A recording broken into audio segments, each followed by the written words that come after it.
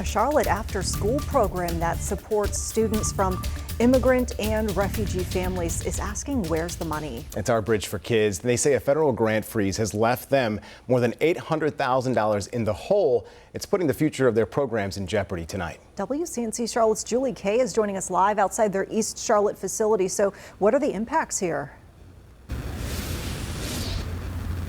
Yeah, well, the board chair is hoping that Attorney General Jeff Jackson actually gets involved in a suit against these cuts because of how late that information came in and how devastating the impacts could be for Charlotte's immigrant community.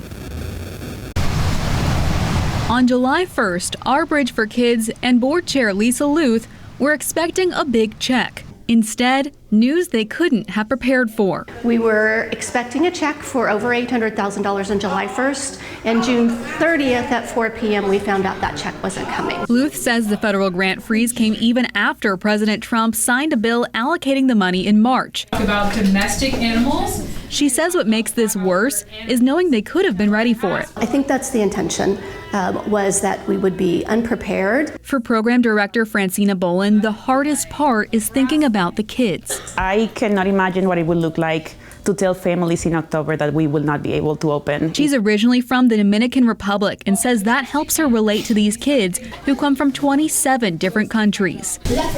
Leopards are big cats. I grew up in a country where I didn't feel represented, and I think representation is crucial so that you know that people that look like you, sound like you, can also achieve those things that you see in the mainstream media. They say they're committed to keeping the doors open, but there's still no clear answer on how the program, which currently serves 230 kids, might have to shrink this fall. That's a kick in the gut. And this grant program has served thousands of these programs across the country nationwide for years. At this particular facility, though, 24 different languages spoken by the students. You can see just some of them here written on the door.